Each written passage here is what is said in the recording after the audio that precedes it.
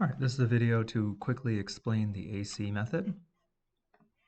So we'll look at the first problem here, 4x squared plus 18x plus 4. Okay, we take the first number and the last number and we multiply them. 4 times 8 is 32. And then we think about all the things that multiply to 32. Okay, so pairs of numbers. So we can always do 1 times itself would give you the number, 1 times 32, 2 times 16, and then 4 times 8 would be the only choices. What you want is the pair that adds up to the middle number. So positive 18 in this case, and we can see that 2 plus 16 is going to give us that. So now what we do is we rewrite the original problem, but instead of writing 18, we're going to write that as 2 plus 16.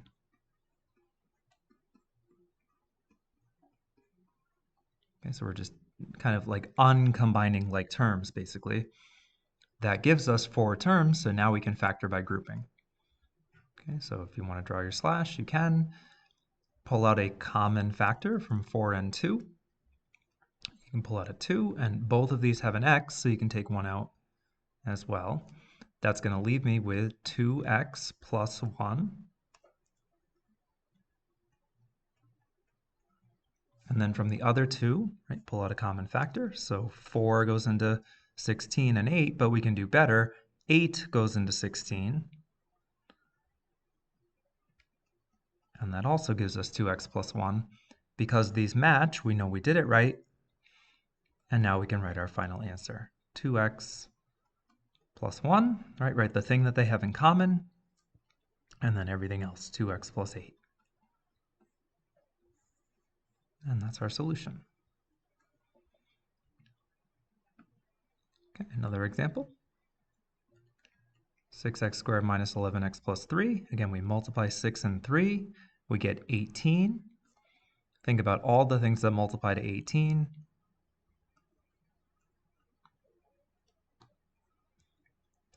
And then we want to get negative 11. Okay, the problem is that if we added these numbers, we would only get a positive result, right? 1 plus 18 is positive 19, and so on. So we need to realize, well, I could also get positive 18 if I did a negative times a negative.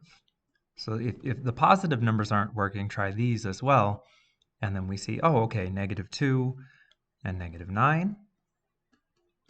So we can split up that middle term again.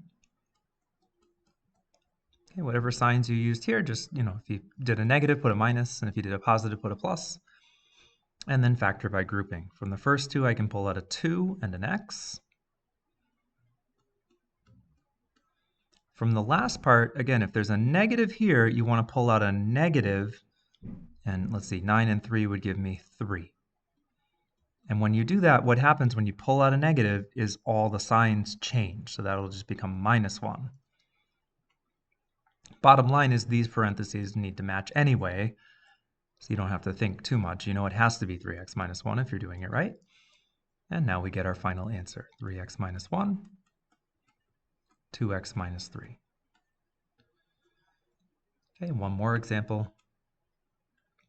5x squared minus 7x minus 6, multiply 5 and negative 6. That gives us negative 30. Okay, there's quite a few pairs for 30, 1 and 30, 2 and 15, 3 and 10, 5 and 6. We want to get negative 7. Okay, so then we need to realize, okay, this is negative 30, which means one of my numbers needs to be negative. Either it's negative 1 times 30, or it's 1 times negative 30. So now we just need to decide which one should be negative, and you play around for a bit, and you would find that this is going to work. 3 minus 10 gives me negative 7. Split it apart. Okay, and then factor by grouping. All you can pull out from the first part is an x. And then from the last part, you can pull out a 2, but again, because there's a minus sign here, pull out a negative 2. And then that's going to turn that into 5x plus 3. And then we get our final answer, 5x plus 3 x minus 2. If you can do these 3 problems, you understand the AC method. If you still need help, please just send me an email and let me know.